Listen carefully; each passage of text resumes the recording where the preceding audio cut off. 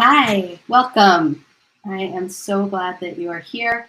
It is really great to be a part of this conversation and bring some of the things that I've been learning to Netroots around equitable hiring best practices. Um, I am really excited to be getting a chance to connect up with all of you and share a little bit about this. So let me tell you a bit about me first. My name is Katie Ray Reek. I am a people and culture consultant, which means that I work with organizations around culture, around belonging, around how we build workplaces that support people to bring their whole selves to work, that are actively anti-oppressive and anti-racist. And I previously was a digital campaigner, which is how I connected up with the Netroots community.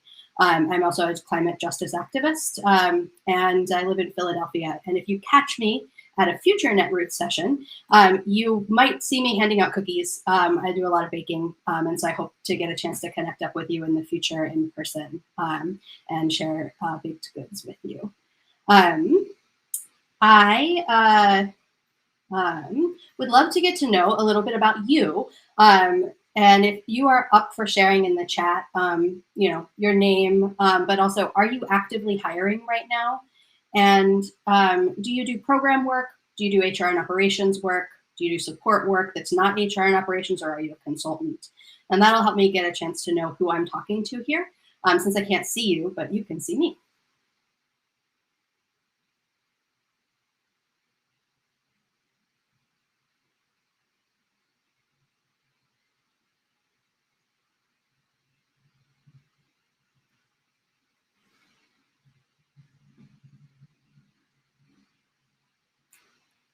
So I just want to give a little bit longer in case folks are able to share a little bit about you. Totally understand if that is not what you're up for. But okay, great. Well, in which case, nice to meet you. And let me tell you a little bit about the ways that I think about equitable hiring. So first of all, I basically see there's 6 different ways that equitable hiring, there's 6 touchstones that if we can hit as we go through hiring process, then we will be able to declare it as a successful hiring process, an equitable hiring process. And those are, to start out with, building a diverse pool, clear competency assessments, and that's my biggest tip. So I'll call attention to that, and hopefully that is something that you're definitely going to take away from this. That we treat people well through the process, that we use our time wisely, and that we manage our biases, and at the end of the day, that we hire really great people. This is we're out here to hire people. We're out here to bring in great people into our organizations, but there's other things that we can be doing too. But at the end of the day, a successful hiring process involves actually hiring somebody. So I have found that when learning about hiring, it's helpful to have in mind a hiring process that of some sort. So can you just take a minute just for yourself and think about what is a role you're hiring for now, or what is one you'll be hiring for in the future? Or if you don't have any plans to hire, what's maybe one you worked on before, and just get that into your mind. And we're gonna, as we go through this training, you'll get a chance to hear more about, to think about all of the tools in relation to that hiring process. Okay. Great. So hopefully you have an idea in your head of a hiring process. And the first touchstone of a successful equitable hiring process is to build a diverse pool. I want to just note a language thing, which is that people are not diverse. There's no such thing as a diverse person. A group of people can be diverse. And that's what our goal is to hiring pool that's full of lots of different kinds of people, that is racially diverse, gender diverse, disability diverse, things like that. And so one of the questions that people often ask me as someone who works with organizations around hiring is, I want a more diverse staff. Can I consider the race and gender of an applicant when I'm hiring them? And I've talked to a bunch of lawyers. I am not a lawyer, but my understanding is the answer is no. But there are some places where you can consider pieces that are related to identities that are important to name. So the first one is building a diverse pool is okay. You can absolutely outreach one-to-one to people based on elements of their identity. You can even consider the diversity of the pool at each stage of the process and pay particular attention to ensure that you're advancing a diverse group of people. What you cannot do, and because it's tokenistic, is ever lower the bar to move people forward if you want to have a diverse pool of people. It's not an acceptable thing to do to say, well, we don't have a diverse pool, so let's lower the bar to keep people moving along. Instead, what you can do is go out and do one-to-one outreach to bring in more qualified candidates to make sure that you have a diverse candidate pool. The other place where you can consider, in some respects, protected characteristics is about if it's related to a person's ability to do the job. So let me talk out a really clear example of this. I live in Philadelphia, like I said, and in Southwest Philly, there's a lot of work around environmental justice that's happening. It's a community that experiences extremely high cancer rates because of a 100-year-old oil refinery that's there. It's a community that's primarily Black, and it's very distrustful of outsiders, especially white people right now, because there's a lot of gentrification that's happening. And so if I was hiring an organizer, one of the competencies of hiring an organizer is that they're able to connect deeply with the community. Could a white person overcome that distrust and succeed at the job?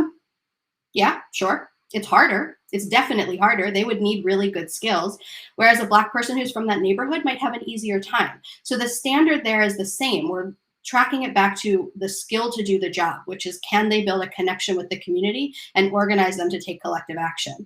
And in that case, we're looking at a situation where because of somebody, where they're from and their race, they might have an easier ability to do that competency than somebody else. But you can't say, no, we can't hire somebody because of their race, or yes, we can only hire people of a particular race. So that's my understanding based on having talked to a lot of lawyers. And hopefully it's helpful to understand a bit of the nuance there about what is okay and not. But so let's say you want to make sure that your hiring pool is incredibly diverse. There's a couple of different things you can do. The first thing is, most of us, when we're hiring, we post it and share it with our friends or our community, our network, and we say, hey, I'm hiring, come apply, I'd love to work with you. However, if your network is not very diverse, your hiring pool is not going to be very diverse. So if you know you're going to be doing a bunch of hiring, one thing you can do is pay attention and build the diversity of your network so that when you are doing outreach, you are in touch with people from lots of different backgrounds in order to be able to invite them to apply and to invite people to share within their communities as well. It's also really important when you're sharing your jobs to do it one-to-one, not just post it on Facebook and think that that's enough. Like, to have one-to-one conversations and emails with people, and to do that really widely, not narrowly. What I mean by that is you're not, you don't know who's looking for a job. You don't know who's unhappy in their job, right?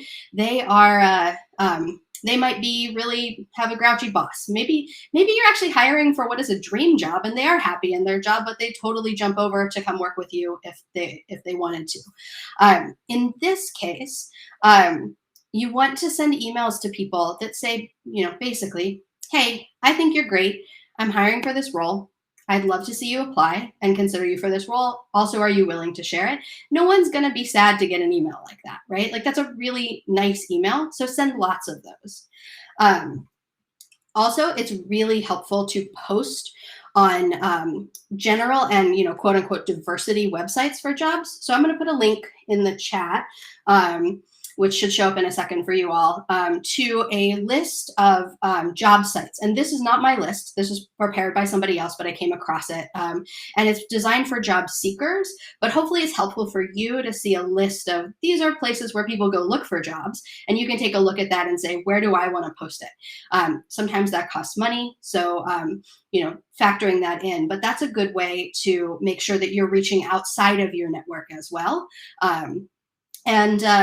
I worked for a big progressive organization doing a bunch of hiring, and we did some analysis of the racial diversity of our applicants. And we found that even sites like Idealist brought in a relatively diverse group of people to apply for the jobs. So I think there's some real value there to make sure you're getting outside of your own network by posting on these different sites. And then lastly, like I mentioned before, it's totally fine to do one-to-one outreach to less represented groups to make sure that if your pool of applicants doesn't have enough women or doesn't have enough people of color, that you are doing specific outreach to make sure that people who are qualified are applying for jobs to work with you. So going back to that job that you were thinking about, the one that you have hired for or are going to be hiring for, take a minute to think about, who are you going to outreach to, and how can you improve the diversity of that group of people?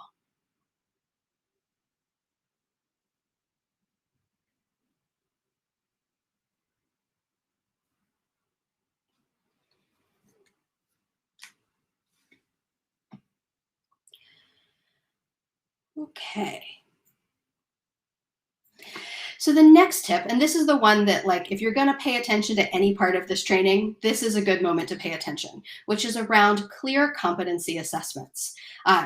When we are hiring, the most important step we can take when it comes to equity is to get clear about what we're assessing and to assess that and not anything else, right? So what are the things that are actually required for the job? You want to make a list, and you don't want it to be a very long list either, right? Like 8 things, 6 things, maybe 10 things, but it's not like 20 things, right? No one is going to check all of those boxes. And what you end up doing, and there's data to back this up, is that when women look at a list of requirements, if they don't check every single one of them, they're less likely to apply. Whereas men see a list of like 20 things and they meet 6 of them and they say, I think I'm probably qualified enough for this. So you don't want to repeat that pattern. You want to have really clear, these are the requirements, this is what we expect, this is it.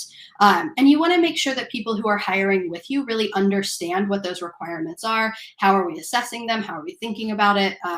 So that you don't end up in a situation, and I have totally done this, where I think we're talking about one thing and someone else thinks we're talking about another thing, and we get into like a lack of clarity about who we should hire because of that. You also want to watch out for requirements that aren't really required. So sometimes we end up creating job descriptions that have requirements like having a degree, or that you have to pass a background check, or you have to have a driver's license. And those are there because nobody thought to take them out, and they didn't, or they thought maybe, oh yeah, well, I have a degree, I could pass a background check, so that seems really reasonable to keep that in there. And it is not. It is discriminatory and ends up being racist. And so it's really important to, where it is not required by law, to take out those requirements, because they don't serve any purpose. There are some jobs that require background checks, like childcare. There are some jobs like being a lawyer or being a social worker that require degrees. But almost all of the jobs we're hiring for don't require those, so we shouldn't put those in there.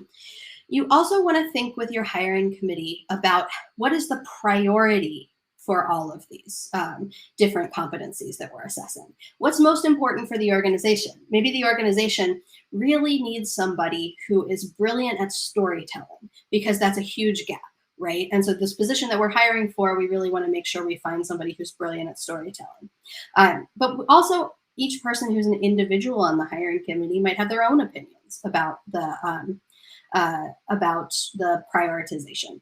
And so maybe one person really wants the person to be a strong manager, and another person really wants a great spokesperson. That's fine. Like, what is important is that we're actually talking about and surfacing, how do we prioritize amongst these competencies? So when we're actually talking about real live people and candidates, we can say, well, I like this person best because they have such strong management experience, and that's really important to me. As opposed to just advocating for somebody and not being clear about why it is and how it's related to the competencies that we prioritize that person. So a couple more tips. How will you assess these competencies that you've written up at each step? And make sure that at the end of the hiring process, you've assessed them all. You have a sense of, do people have these skills or not? And that, therefore, you're not asking other things, right? One of the things that I was a part of supporting a hiring process, and somebody wanted to ask questions about learning styles. It's an interesting question, but it's not going to make you hire or not hire somebody based on their learning style, right? That's a good question to ask somebody once you've hired them and you say, like, hey, I want to help support you to be able to get up to speed in this role. You should only be asking about things that are related to the competencies, so that you only are thinking about things related to the competencies and not all this other stuff that we might be curious about. Also, sometimes the thing happens where you're interviewing people over time, you get a little bit sharper around what it is that you're really looking for. And it's okay to change what you're looking for or to shift it a little bit, or the priorities maybe change. What is important is that you just be really transparent about what is happening there, that it's not a secret that you're holding, but rather it's a way for you to say, like, you know what, actually, I think we were looking for somebody who could help us reach this community of people, but actually, I think we need to be more reaching this group of people. So let's go back and look for people like that. Lastly, in terms of assessing candidates, having a diverse hiring committee is so important for this, for two reasons. The first is, if you are a BIPOC person or you're a woman and you come into an interview that is full of white people or men, it's incredibly intimidating. And it sets it up so that people are less likely to be able to do well in an interview. So just having people there who look somewhat like the people who are being interviewed makes it more likely people will be successful in their interview. And when you have a diverse hiring committee, you're more likely to see the positive strengths of the people who are applying for the job, as opposed to miss them because you miss particular cues. So having a diverse hiring committee is really, really important as a part of all of this. And I generally aim for hiring committees of like somewhere between 4 and 5 people in that range. That gives you enough space that it's not completely overwhelming to be a candidate who is being interviewed by 5 or 6 people all at once. But you have enough diversity there. You have enough people there to have a diverse group.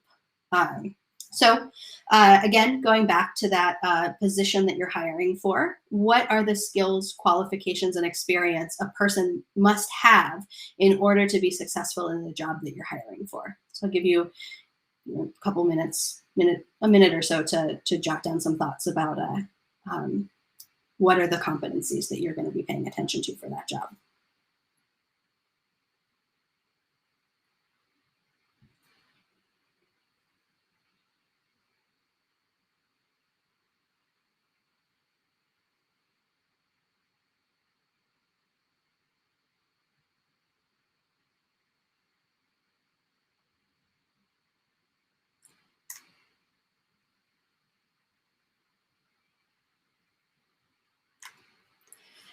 Okay, so the next one then is around treating candidates well and equitably. And I would love to know, if you're up for putting in the chat, why do you think we should care about candidates? Why should we care about them? Why should we treat them well? Why should we treat them equitably?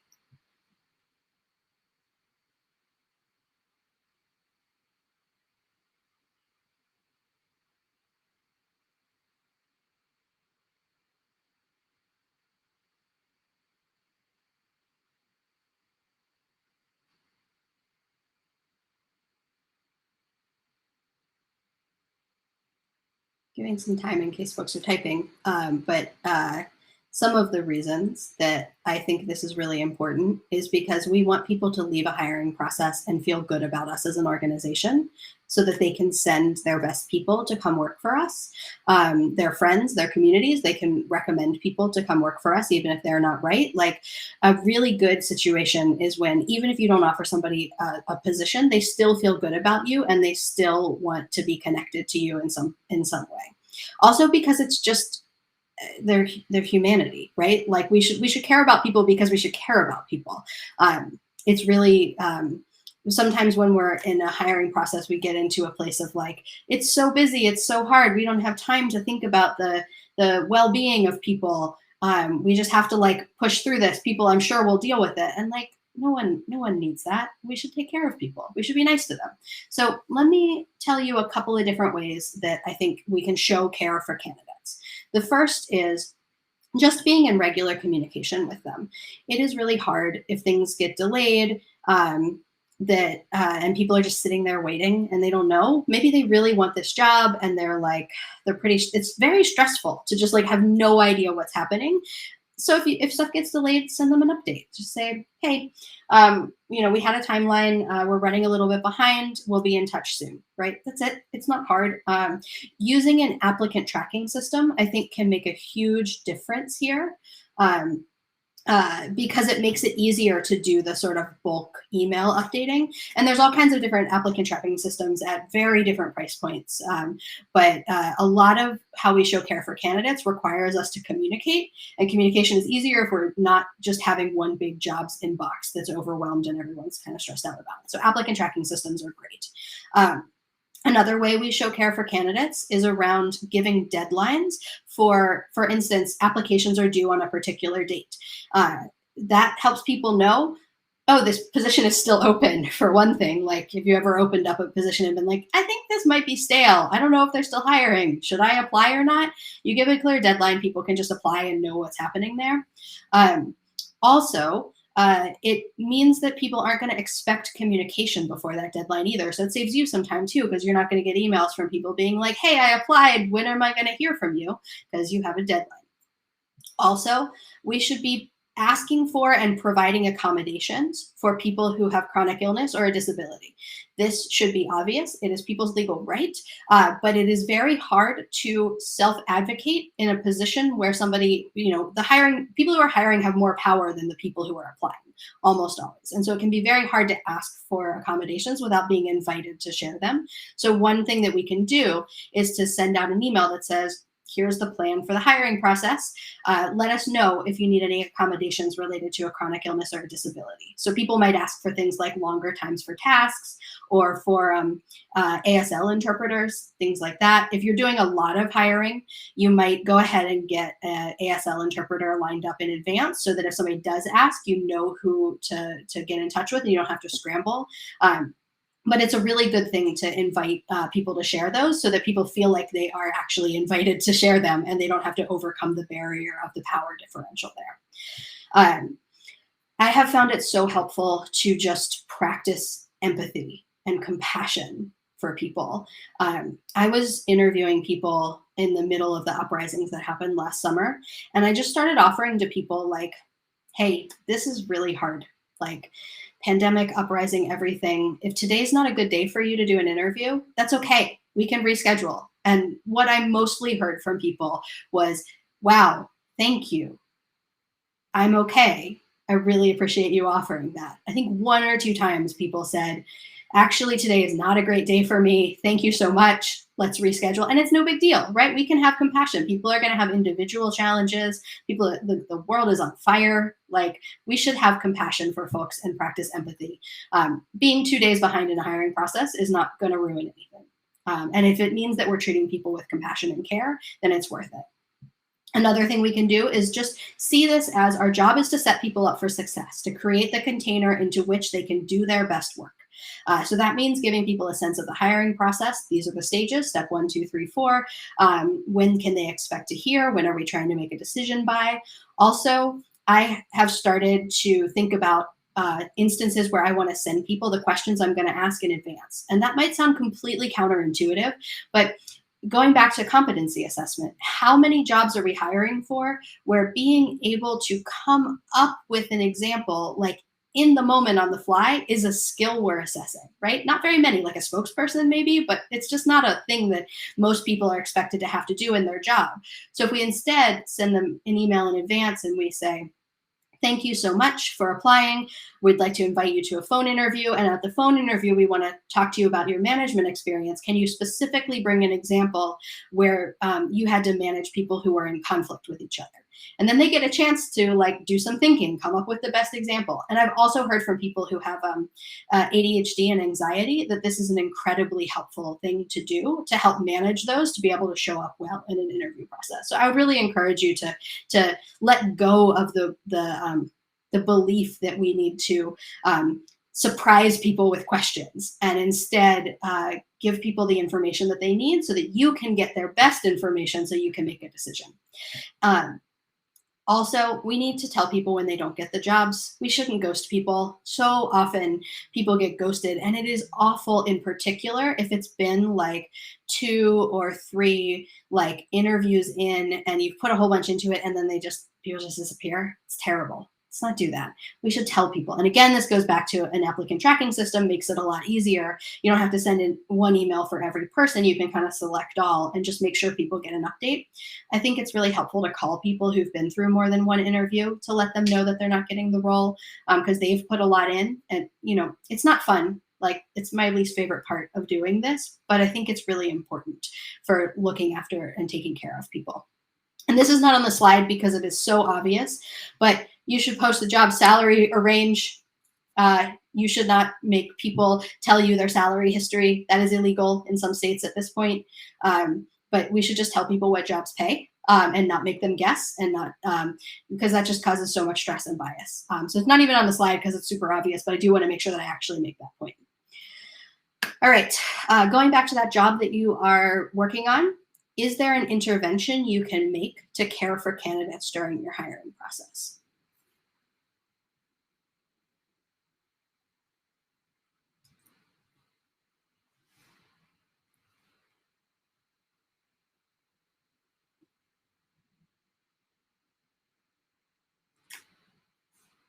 All right.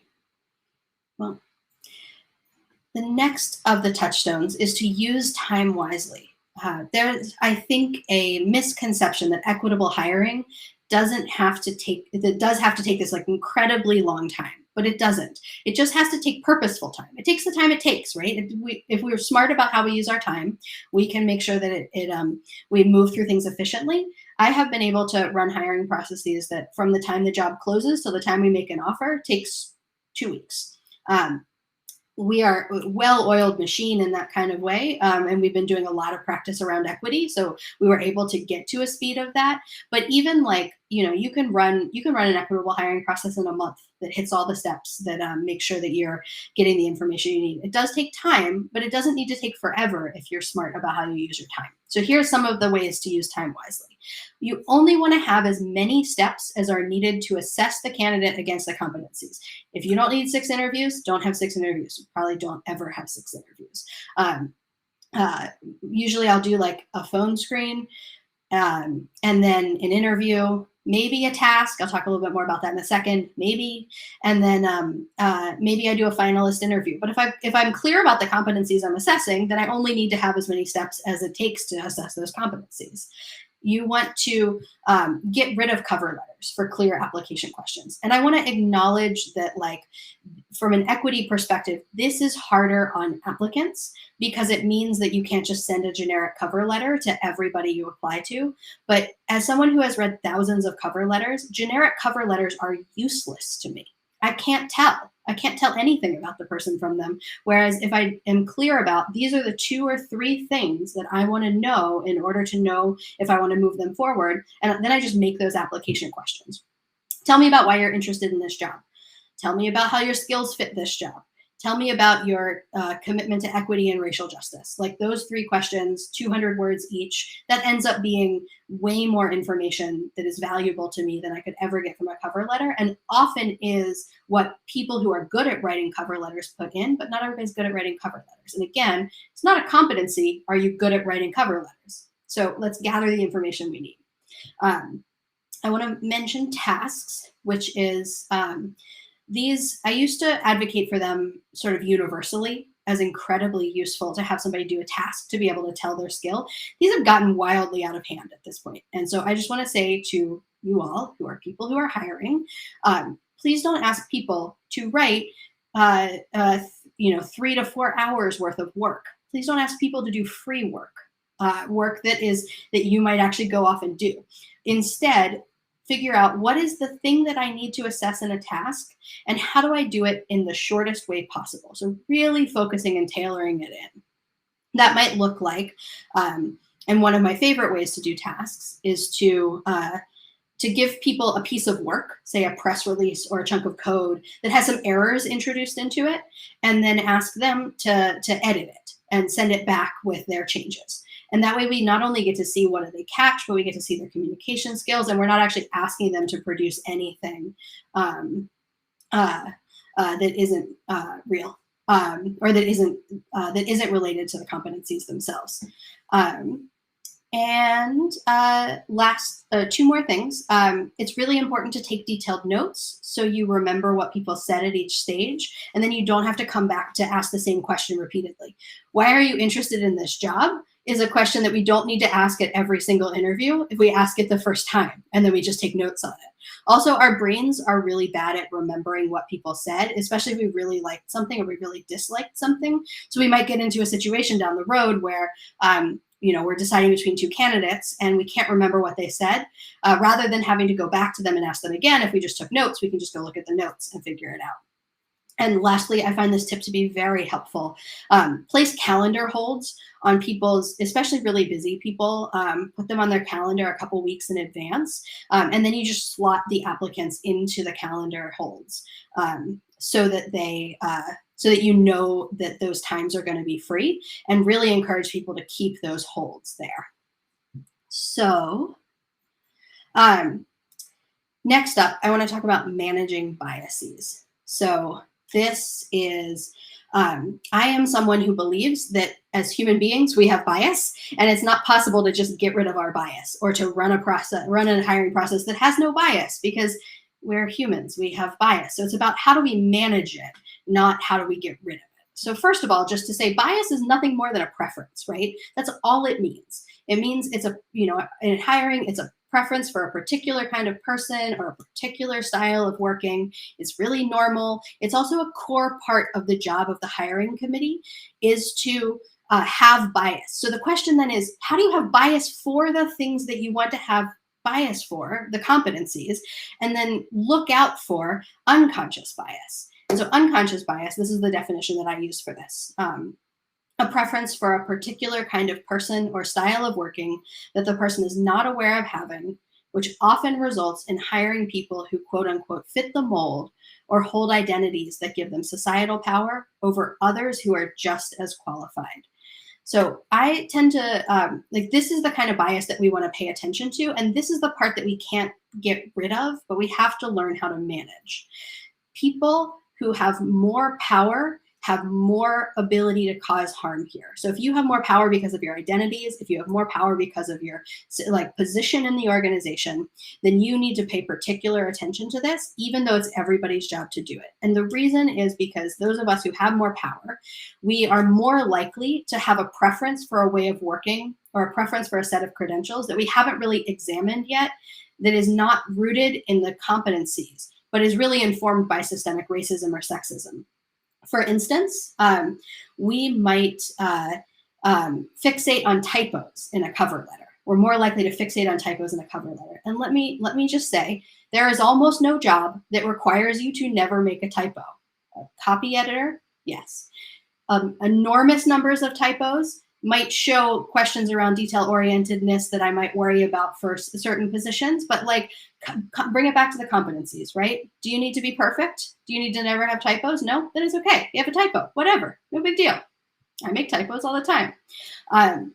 The second way that those of us who have more power can cause more harm here is because we're just more likely to be in a decision-making position in the first place. So we're more likely to be the hiring manager or the most senior person in the room. So again, let me say, it is everyone's job to notice and manage our biases, but it is particularly important for those of us with more power to proactively work to notice and manage our biases. So how do we do that? There's two different ways that I have seen unconscious bias show up in hiring. The first one is gut reaction. And that is often when we're hiring, we rely on our gut. And our gut is the part of our brain that is our fast brain. It's the one that kept us safe from the bear, right? When we were being chased by a bear, it kept us safe because it was making quick reactions. In hiring, it looks like us saying things like, that person just seems like a good fit. They seem like they'd be great. But we have all these accumulated biases about what we think is the right or wrong way to do things, and we don't really notice that we have that. So especially when we hold more situational or systemic power because of our identities, because of our position, etc., this can be an even bigger issue. Again, it's a really normal thing, but the impacts are huge, particularly for people from more marginalized backgrounds, which is why it's our job to notice and deal with it. So let me give you an example of where this shows up for me. I read a bunch of cover letters. Like I said, I've read thousands of them. And one of the things that really bugs me is when people address them to dear sir or madam. I have this huge gut reaction. I am so annoyed. It's like, it's a really binary view of gender.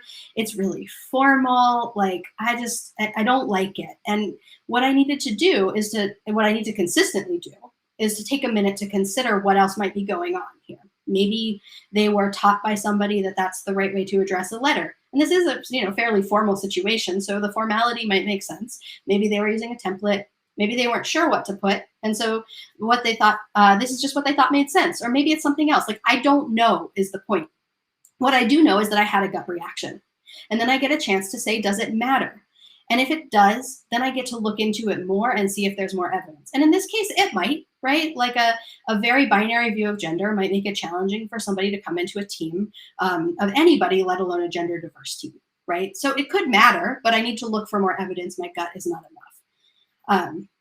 I have put together this list of common behaviors that bug people based on doing this training a bunch of times with lots of different organizations. And these are some of the things that I've heard. Things that bother people include being late without acknowledging or apologizing, having typos, not researching, not asking questions, asking generic questions, verbal tics. Like, that's a good question at the beginning of every question. Dear sir or madam, not sending a thank you note, only speaking to the most senior person, being long-winded, having vague answers, or being too casual or too formal. Maybe some of these resonate with you. That's fine. Like, it is okay to be bothered by things people do. But what we need to do when we're on a hiring committee is to talk about these things and interrogate if they're related to the competencies or not. More than likely, for most of these, they are behaviors that are more about, quote unquote, appropriate conduct, which is a standard rooted in white supremacy culture, and we need to be challenging that. So letting ourselves ask the question, does this matter? Is it related to the competencies? And if it is, get more information. If it's not related to the competencies, then just let it go. So let me talk you through how this works in practice. So let's say you notice you're having a gut reaction to something like not asking questions at the end of an interview. That's something I hear all the time from people. It really bugs me when people don't ask questions at the end of the interview. Well, what am I assuming there? I'm assuming that they aren't interested in the job. But what else might be going on? Well, maybe they already got their questions answered, right? Or maybe they don't want to waste time, or they didn't know that they were supposed to, right? That is really important, that piece there about they didn't know that they were supposed to ask questions. There are a lot of rules for hiring that aren't taught to everybody, that those of us who have more privilege.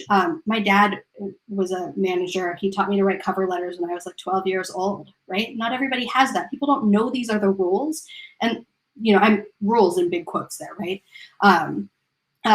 So if it's an expectation we have, we should tell people, basically. And in this case, then we get to say, does it matter? Okay, if they're not interested in the job, that does matter. But do they show disinterest in other ways? How can we look at that? Or maybe we should just ask them about it directly. Why are you interested in this job? Tell me more. And listen to them and see what they say, instead of just letting our gut reaction be the only piece of information that we gather there. The other way that unconscious bias shows up in hiring is called filtering. When we're hiring, so filtering looks like a couple of different things. The first is selective perception. There are many different, this is where you sort of the I like you, I don't like you, you only see what you want. You just meet people and you're like, yeah, you're a good person. You seem great. We get along. This is easy. Or you meet people and you're just like, no, I do not. I'm not into this person, right? And then everything we see about them comes through that filter at that point. Stereotyping is another kind of filtering bias. And this is where we make assumptions about someone based on their identity. Now, I like to think that I am somebody who doesn't engage in stereotyping, but I also live in the real world, right? If I'm having a reaction to somebody and it echoes a stereotype about the kind of person that they are, I need to really stop and say, what is going on here? And to make space to really think about that. You might also find out something about them that's not related to the role, but is really cool to you. Like maybe they like to hike, or maybe they like they worked on AOC's campaign, and you're like, oh man, they are great, right? But that has nothing to do with the hiring, to the competencies. One way I think about this is we're all doing interviews on the internet right now. So let's say you're doing an interview with somebody and a cat walks across the camera, right? You love cats. The cat is great. I love cats. This person's going to be great at this job. I love this person so much. They've got a cat. Or you hate cats. Cats are the worst. They always sit in your lap. They try to get your attention. You're allergic to them. Ugh, cats. Ugh, this person's going to be terrible. The cat has nothing to do with someone's ability to do the job. The cat's just there, but you have now created this whole filter about this person because of the cat, right? So we want to pay attention and make sure that the things that we're liking them or not liking them for are about the competencies and not about the cat that walked through the screen. Another one is projection. You might think that they are like you or they're like us because they've worked for similar organizations, they went to the same school, those sorts of things, and you're good at your job, so they're going to be good at the job too, right? But you don't know that. You have to actually assess that and go back to the competencies and figure out, are they really qualified to do this job? Same thing with this last one, dominant culture fit. You see somebody, quote unquote, doing everything right. So they're matching the dominant culture about how society says somebody should act or the normal way of doing things. And then you assume that they're going to be successful because of that. And so it's really important to pay attention to what you are focusing on and to notice if these sorts of filtering biases are showing up. When we are filtering, what happens is we make it easier or harder for candidates to get ahead. What we do is we lower barriers for people who we like, and we put up barriers for people who we don't, especially if it has nothing to do with the competencies. And this ends up creating a self-fulfilling prophecy because our actions can then cause a person to do worse or better in an interview, having nothing to do with them and entirely just to do with us and our own opinions. So for instance, if I look at a resume and it looks pretty non-traditional, then I might show up to the interview and ask really tough questions because I really want to understand, you don't have the same experience as this other person. It looks really non-traditional. I'm really hard hitting. And that puts them at a disadvantage. It might make them get flustered, right? Especially if I'm giving a friendlier interview to somebody else because their experience looks more familiar to me. So I'm not saying here that you don't ask hard questions. I'm saying is treat everybody the same. Treat people evenly. And I tend to show up to interviews pretty friendly, pretty nice, calming. I find that energy makes it more likely that people will do well in the interview. And again, tracking back to power, when you have more power, you're more likely to engage in filters in ways that keep people who have less power from being able to get jobs. So it's our job, when we have more power, to notice and manage this and to get support from the hiring committee. All right, so we're on to number 6 now, which is hire great people. So we've been through this whole process. We've got a great applicant pool. We've thought about bias, and now it's time to think about who is qualified for this job. When you are looking at a pool of people, if someone meets the qualifications, they are qualified for the job. Those are 4 people. They're qualified for the job. And now we get to consider who to hire, but we need to avoid looking for the singular, quote unquote, best candidate. When we look for the best, it skews to people with more privilege who've been given more opportunities in the past or who had the benefit of different kinds of higher education.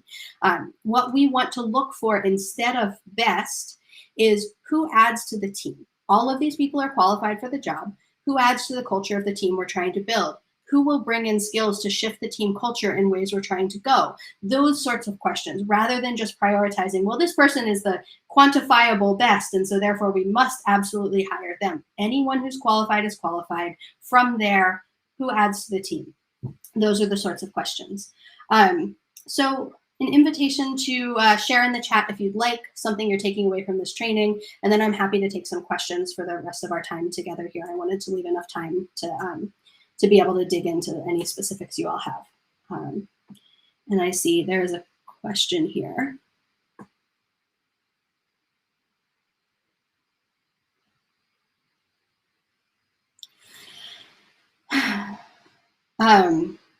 I don't have a good suggestion about a lawyer to talk to. I've mostly done it through organizations that have employed me, where I've sort of they have their own lawyers, and I've pulled their lawyers aside to be like, can I just ask you these other questions? So that's been really helpful. But I think I'm happy to help you try to navigate things if you'd like. Um, and happy to answer questions if you have some. Let me just share quickly.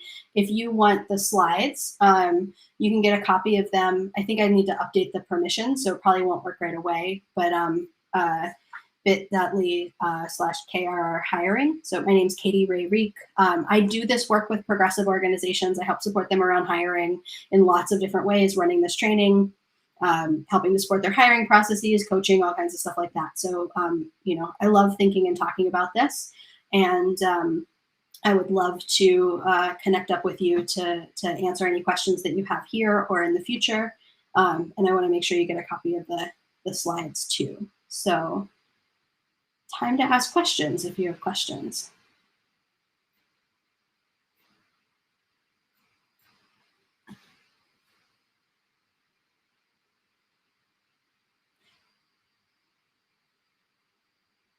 And I'm just putting this link in the chat.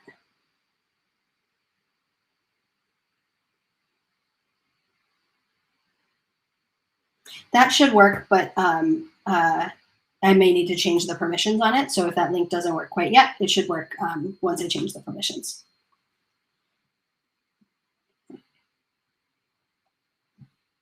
Any other question? Any questions? Anything I can help support?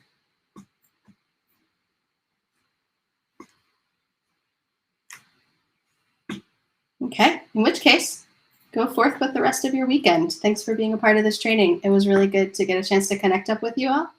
A question came in. Excellent. I love this. Thank you. So question, what questions should we ask candidates about commitment to racial equity, and what should we look for in answers? Oh, this is such a good question. Okay.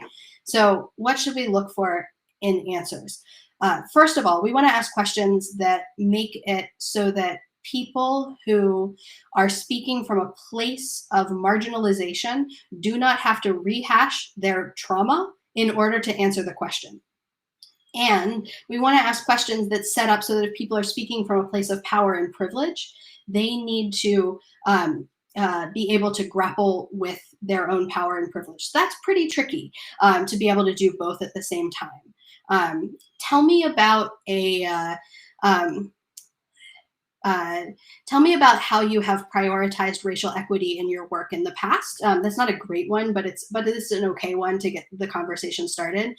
Whenever I am listening to people speaking from a place of power and privilege, the primary thing that I listen to is, do they put themselves into the story? So if somebody is telling a story about how, like, I was supervising this group of people and they were having conflict, and there were people of color and there were white people on the teams, and there was a lot of conflict there, but they never say, like, and I, as a white person who's a manager there, contributed in this way, then I don't think it's a particularly good answer. What I want to see from them is that they situate themselves in the story when they're speaking from a place of power. And that's really concretely one of the things that I look for. You also want to look out and make sure that you're not asking questions that just support people to repeat back jargon at you and make it sound like they know what they're talking about. So trying to ask questions that that are related to the job and how you have prioritized racial equity in your work of data analysis around climate change, right? If you're hiring for a data analyst doing climate change work, you can ask those questions and see how they've done it. You also want to look at for the both for the programmatic work, like the practical hard skills work, as well as the, like, how do I work in teams and in relationship, and in particular, if I'm going to be a manager, how do I manage people who have different racial, gender, disability experiences? So hopefully that's helpful as a good start for how to do that. And yeah, I think if you focus the questions around the jobs themselves, you will get better answers than if you just ask, like, tell me about your commitment to racial equity. Just going to get like mediocre answers. All right. How do you go about selecting 4 to 5 people for the hiring committee? I generally go for somebody who's going to supervise the person. If it's a manager level, someone who will be managed by that person, someone who's a peer to that person, and then one or two other people who work with them in different ways. So maybe someone on another team, maybe somebody who has been around the organization for a long time. But I try to keep it really tight, and to not everybody has to have an opinion about every person who gets hired. So not ending up with like a long chain of, and now you have to meet these 4 people, and now you have to meet these 6 people, and now the executive director, and like that hiring committee should be empowered to make the decision, and it should be a pretty small number of people. And so you want to make sure, you also want to look out for, like I said, diversity, right? Do you have gender diversity, race diversity, age diversity? Those are some of the most obvious ones that we can, when we come to an interview, we can look at the people on the screen and see, are there people like me who are here? Whereas like queerness or disability is a little harder to see. And so that diversity is also important. But I think particularly focusing on making sure that when a candidate shows up to an interview, they see somebody who at least echoes some of their identities. I would like, Andrea, thanks for this. That's a great, I actually think the social wall in Netroots would be a good place to ask some of that. And I know there's a lot of resources. I'm sorry that I don't have one off the top of my head. But I know people have been pulling together really good lists of vendors who are like diverse lists of vendors. And again, just to say, no person is diverse. No individual vendor is diverse. What we want is diverse groups of people, and to make sure that BIPOC folks and queer folks, disabled folks, older folks, women, trans people, that they are all represented. And that's what diversity, that's what we're looking for there. Nellie, I will do my best to remember to send that to you, but I don't have an easy way to get your email. So feel free to email me. And thanks, Doug, for pasting that link in there too. I just have to change the share settings. Any other questions?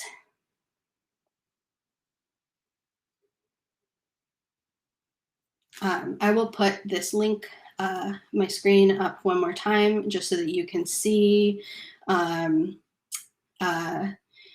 email, which is my full name, Katie Rayreek at gmail.com. And my website, katierayreek.com. I would love to connect up with you all to talk more about hiring in the future if you find yourself in that situation. Thank you so much for your time, for being a part of this conversation, and for your work to hire equitably and to treat people well through the hiring process. It's so important, and I really appreciate you for taking the time and energy to do that work. So thank you. Take care.